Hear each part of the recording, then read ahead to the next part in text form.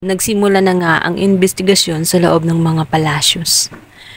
At isa-isa na nga ang tinanong. Ngunit ni isa sa kanila ay walang umaamin. Samantalang itong si Aurora, ang idinidiin niya at pinagbibintangan ang kanyang asawa na itong ang si Sam. Galit umano itong si Sam kung kaya't nagawa niyang itulak ang kanyang anak na si Paco. Samantalang mas lalong ikinagimbal nga nitong si George dahil makita nga niya na si Abdul ang nagiging investigador sa naturang kaso nga nitong si Paco. Hindi man niya may paliwanag ng kanyang nararamdaman.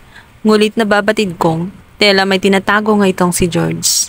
Matapos hindi nga niya masabi kung sino talaga at ano talaga ang tunay na nangyari kung tinulak nga ba itong si Sam si Paco ng kanyang asawa. Pansin ni Abdul na tela pinangungunahan ni George ang kanyang mga katanungan kung kaya't hindi niya ito nagustuhan. Siya ang investigador kaya naman obligasyon niya upang alamin kung sino talaga ang suspect. At base sa kanyang sinalaysay, posible nga ang lahat sila na naroon sa crime scene ay posibleng silang lahat ang suspect. Kaya dapat malaman at dapat alamin maging ang CCTV footage ng mga palasyos ay inungkat na rin ni Abdul. Lalong-lalo na at pumagit na naman itong si Rebecca kung saan inamin nga na siya na mano ang may kasalanan. Hindi na mano kailangan ipagpatuloy ang investigasyon sapagkat siya umano ang may kasalanan. Subalit umangal naman itong si Aurora.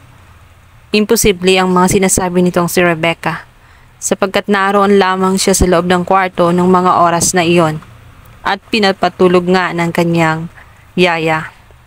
Bukod pa roon, hindi dapat paniwalaan itong si Rebecca dahil meron nga itong mental illness at maaaring paiba-ibang statement dito dahil wala siya sa tamang katinoan. Dahil nga nag-volunteer siya ay pinakinggan pa rin siya ni Abdul, ngunit nang sabihin na nga nitong si Rebecca na siya umano ang gumawa ng krimen at sinaksak umano niya itong si Paco kung kaya't ito'y namatay.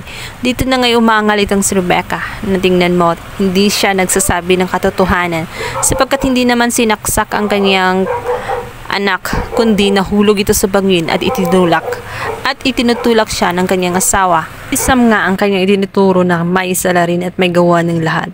Nahihirapan si Sam sa sitwasyon dahil hindi nga rin siya makalapit sa kanyang asawa kung saan sa lamay nito ay susubukan niya na lumapit at magpaalam man lang kahit papano kay Paco. Subalit instead na lumapit sa kanya ay sinabunutan siya at hinila-hila ng kanyang inang si Aurora. Yun, ginudgud pa nga siya sa harapan ng kabaong ng kanyang asawa. Napakalupit nitong si Aurora. Palibhasa itong si Paco ay mahal na mahal nga itong si Sam at kaya nito na suwayin ng kanyang inang si Aurora alang-alang lamang kay Sam. Ngunit ngayong wala na nga itong si Paco ay wala nang dahilan para manatili pa sa loob ng palasyo itong si Sam. Agad-agad ay nagmamadali na nga itong umalis kasama ang kanyang pamilya, subalit haharangin sila ni Galvan.